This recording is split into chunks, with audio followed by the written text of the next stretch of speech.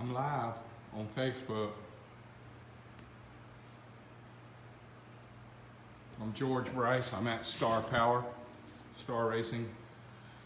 And I'm gonna sit here and talk a minute and let this video sort of let it warm up and let some people get on here. I'm gonna try my best to remember to do this every week if I can on Tech Talk Tuesdays. Got some old checks here that when I was sitting in this room back here, I was looking at these old checks. I see some of these, let me tell you, I already cashed all of them and I already spent all the money, and I already spent all this money on the people that were driving and the team to help us win some more of them. That was a cool one there, the Winston Invitational. A couple little ones there. We won the Pro Bike Championship back then, and John Myers won Dash, Black Shop Dash, Pro Bike Dash, and John Myers, the late great John Myers. That's another story for another time. But anyway, forgive me for the video shaking. I am my videographer and my video crew, and I'm working here at the shop, just trying to gather up enough information here to start talking about some of the bikes we're working on in here. And I'm gonna go out to the dyno in a few minutes and talk about some dyno work and some dyno findings that we've learned about over the years. And it'll be interesting. So it is to me anyway. I wanna also do my standard disclaimer here. This is my opinion. This is my old guy opinion. This is not something I read in a book or learned from some smart guy. I mean, it's just my opinion. This is our old shop here. This is a bike that's in the shop, and I am just scrolling stuff in here just so I can let y'all look for a minute while I let the crowd build up a minute. And some other old checks under these little ones while we're building up a little following here. Electron. Wow, that was the good old days, wasn't it? There's Bagzilla lives in this little cave. That's where Bagzilla lives. Got his new BST wheel on the front. He's in there getting some updates and some upgrades. All right, let's move out here to the dyno. It's a little bit after 5 now. Let's move out here into the hot zone. It's definitely hot out here. But we put our dyno in the ground a few years ago. We took our dyno jet, made a pit, put it in the ground where we can drive on and get some good data here. I'm also very fortunate to have the latest dyno stack where we can have 2 wideband O2s hooked up, and we get good data on here. I'm gonna try and go around where I can get close enough to the screen for you guys to see what I'm talking about. And I might have to take a moment for you people to tell me what I'm not doing right, so maybe you can see it better. But what I want to share with you today, and I'll try and look at the screen so I can see. A typical dyno sheet, we get the single graph looks kind of like this, where we got, this is STD power. We can talk about that right quick. This little motorcycle engine, this is a 107. It makes 129 horsepower at 6,400. It only makes 119.76 at 4,400. But it's really a strong, streetable, everyday rider 107. Now I'm going to take this and I'm going to change to SAE so we can see the difference. I'm going to go right here. And like I said, be patient with me while I click through here because I'm not the best at this. Let's see, channels, correction factor. I'm gonna go to SAE. I'll click on SAE, and I'm gonna go down here to apply, and then I'm gonna say okay, and then I'm gonna minimize that action, and then we're gonna go back and see that 100, whatever it was, 128 or 129 is now 127.62 and 117.88, and that's now SAE, smoothing 5. Same dyno run. It's a 107 afterwards, WP8. All right, one more time. I'm gonna go, let's see, where do I go? Go down here, click on here, go to Power Core Applicator Launcher, go to Tools, then I'm gonna go to Options, and then I'm gonna go to Channels, and then I see where here it says SAE. I'm gonna move it to, and it doesn't matter because when we do the dyno sheet before and we do it after, as long as you use before and after the same on both of them, let's see what it makes now if I apply that. It now says that that same dyno run, WP8, now makes 129.6 and 119.76. So that's not the big deal. Everybody makes like it's a really big deal. Yeah, but is that SAE or STD? Well, guess what? We have both. And when we dyno your motorcycle before we do the tune on SAE or STD, the gain is still the same. Like this engine right here, before, let's see what it was before. Right here before, it was 79 horsepower at 79 horsepower at 97 foot-pounds of torque. STD, well, guess what? It made 78 and it made 96. So my point is the before and after, the gain is the same. The percentage is the same. The gain, the horsepower gain is the same. Now, let's go back to double graph here. I'm gonna get rid of one of them. Let's see here. I'm gonna go here and go to number 31 here, okay? All right, what I want you to do is I want you to look at this. When we see an air-fuel chart on the internet, this is what we see. Air-fuel ratio chart. You can see my front and rear. I hope y'all can hear this okay. My front and rear looks pretty good, okay? And that, I would call that a pretty good tune, but is it perfect? No. So what everyone can do that they don't do is you can take this graph and expand it right here. We can take this all the way up. Let me do it again because I failed at that. All right, here we go. Now we can take that same air-fuel graph and expand it, and we can see that it's not so perfect. It's good, but as you can see right here at 6,000 and 6,500, the blue, which is the front cylinder, is a little bit rich. And we got that squared away, and let me see if I can find that run on the left column here. Let's see if I can find that one after I fix that. Yeah, there it is. So I'm gonna close this out, and I'm gonna go to the one where I improved that line. And now you can see that I was able to fix that. Now it's a little bit lean on the, at 6,500, it's a one-click lean on the rear cylinder, that's red, and the front cylinder is just one click rich. Now, if you take that and turn it into the standard internet air-fuel ratio, the line looks like this. So we can see it's pretty good. So if you want to do a better job of your tuning, you can expand that and go in and find the highs and lows and make that work out a little bit better for you. I'm hoping, like I said, I hope y'all can hear me fine. This is just a 107 with a Borzilla on it, and it's got a 58mm throttle body. Let me show you this bike. It's a pretty cool little bike. It's got a lot of miles on it. This is the original engine. It was a 103. We bored and stroked it with our 107 Thrasher kit. Ported the heads, put oversized valves in it, put a real nice Borzilla on it.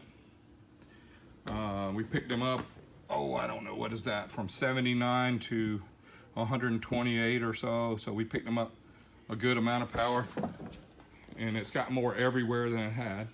Now I'm gonna go back in the air conditioning part for just a minute. Hang on right there, and we'll talk about interesting stuff on these engine designs.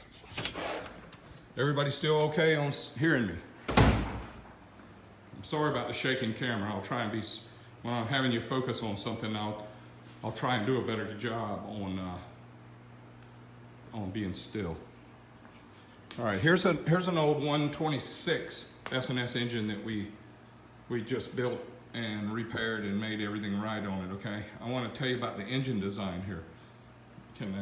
Anybody can see me, hear me? Somebody give me an amen or something. Do you hear me okay? All right, I'm gonna keep going. This engine has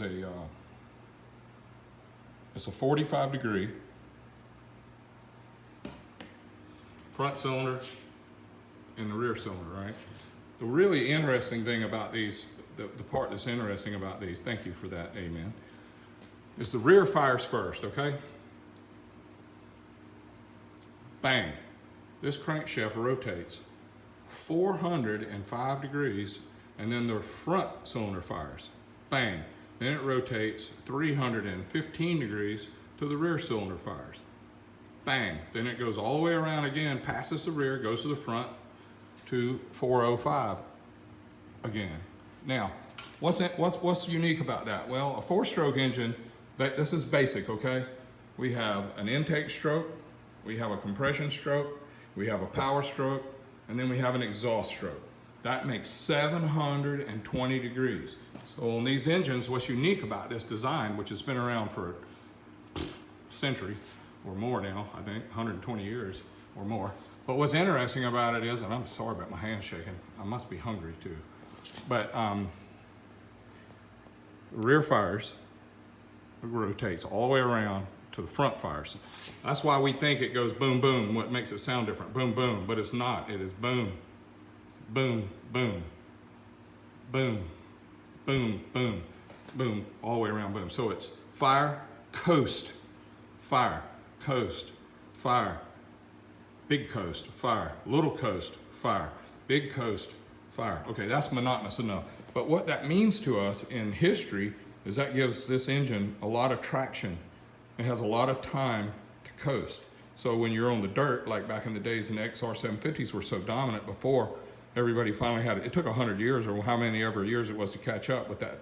But the traction, the power pulses give the time for the tire to catch up. But what the negative is see, my history and my background comes from building V8s and inline fours, where we have on a V8 we have a power pulse every 90 degrees, and on an inline four we have one every 180 degrees. So it's almost seamless and electric-like compared to this Harley engine. When you have a 180, it's every 180 degrees there would be a cylinder firing, so it would make it almost smooth. And these are really, really rough. Now, why are these? I don't know how anybody can say that you need. This is just my opinion again, guys. Is the solid compensator on the front of these motorcycles? When you get rid of the compensator and put a solid sprocket, some of us have to have them. Milwaukee 8, for instance, has a little. I think the factory compensator is made out of glass or something similar. It's very fragile, and I know it's not glass. I'm just being facetious, but the engine starts and stops. Even when you're turning at 5,000 RPM, it absolutely stops dead in its tracks and goes again, and then it stops dead in its tracks and it goes again. If it was a V8 where it had power pulse every 90 degrees, it would never stop. But this motor has to stop. So it starts and stops so many times that the torque spikes coming off the end of the crankshaft are absolutely brutal. I've seen these engines tear up dynos, I've seen them tear up compensators, transmissions, clutch baskets. These engines are brutal, and it's not because of how much power or brute anything other than it's a very violent design. It bangs, it stops, it goes, and then if you didn't have a heavy flywheel in it, the coasting wouldn't continue, because we need a big heavy flywheel to make it continue to rotate. So when the rear fires, and then it has to go all the way around to the front again, the weight of the flywheel helps that momentum and keep going. It has inertia stored in the flywheel. So light ones, they may rev quicker, but let me tell you about revving quicker with a light flywheel. It goes whoop-a, whoop-a with a light flywheel, yeah, but that's only at idle. If you put it in gear and you load it and you floor it and then you put it in the next gear, if you don't have a heavy flywheel to carry you into the shift, through the shift to the next gear, it's gonna slow down. And that's an argument that all the experts are gonna have. They all want their flywheels lightened. They all want the light crank. But I'm telling you, man, that's for other engines besides these 2 cylinders. Can you imagine a single cylinder? This engine right here, a single. What if it had only one piston, one cylinder, and it had one crankshaft? I mean, one bottom end. If this fires, What's going to keep this thing going for 720 degrees? Nothing but a flywheel. So now this is only twice as good. It has 2 cylinders, it has 2 firing strokes. It fires, it rotates all the way around, fires again, halfway, almost full way around, fires again, then all the way around past the rear cylinder and fires again. Flywheel inertia keeps that rolling. Like I said, this is an opinion. Now, this is a common plenum.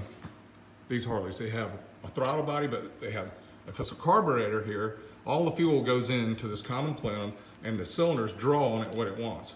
Fuel injecting ones are neat because we have an injector spraying on the valve on the front head, we have an injector spraying on the valve on the rear head, and we can tune those individually. So when we do that air-fuel ratio I showed you on the dyno, we have an opportunity where we can tune these engines separate from each other.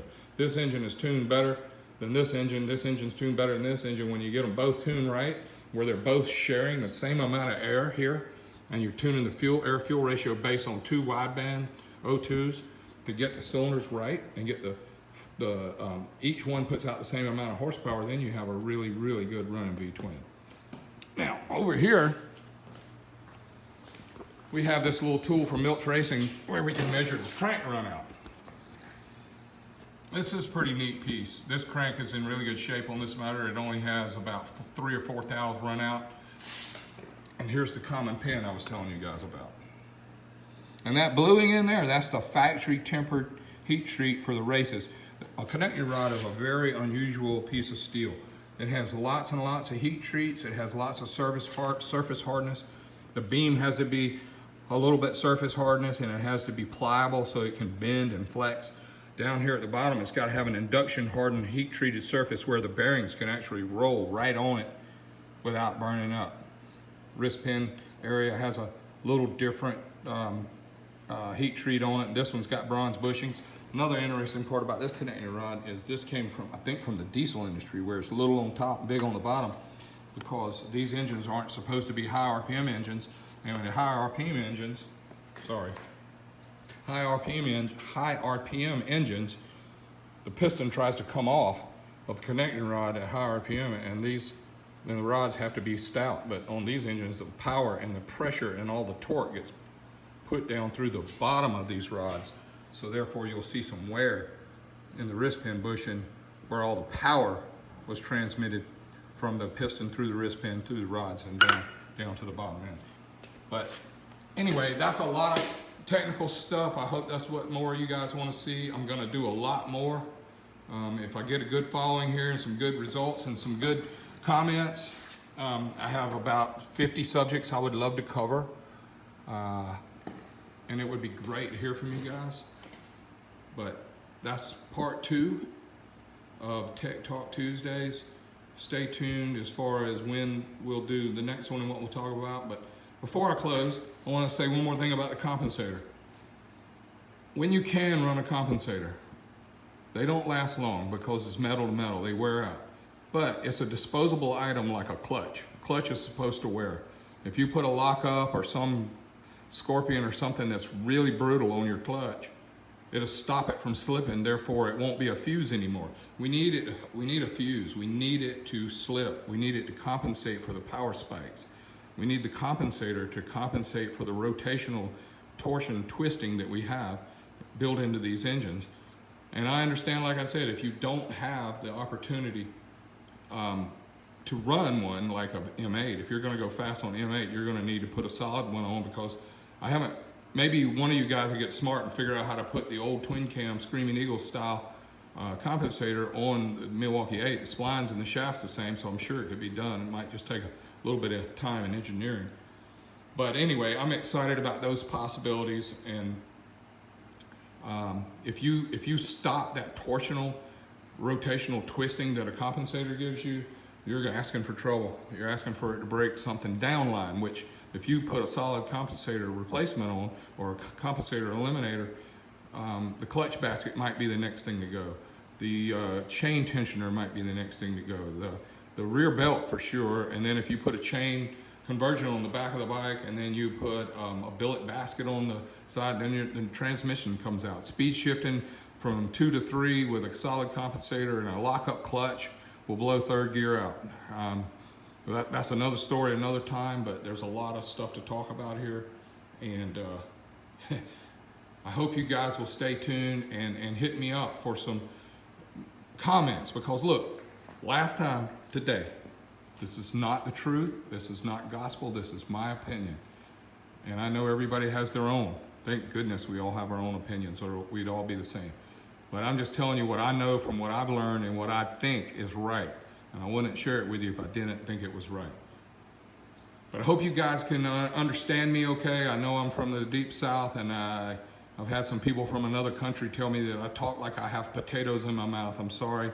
I'm just a South Georgia boy down here trying to communicate with the world. And I enjoy it, this time of my life, and the experience I've had in my career with all the racing and all the travels I've done helping people race. I've learned a lot, and I love to share it. And I don't mean any harm or any disrespect to anybody that knows more and does more and has more than we do. It's not a contest. This is just what I know, and people ask me every day, what about this, what about that, what about this? So I'm gonna try and take notes, and I'm gonna try and learn what you guys really need to know, okay? Thanks again. Hey, God bless y'all. Thank you so much for, I just want to share that with you guys. I feel fortunate that I've had the opportunity, the experience, and the knowledge to be able to gather info and share it to you guys. And that's definitely a gift from God. And catch me later. Thank you, guys. Bye.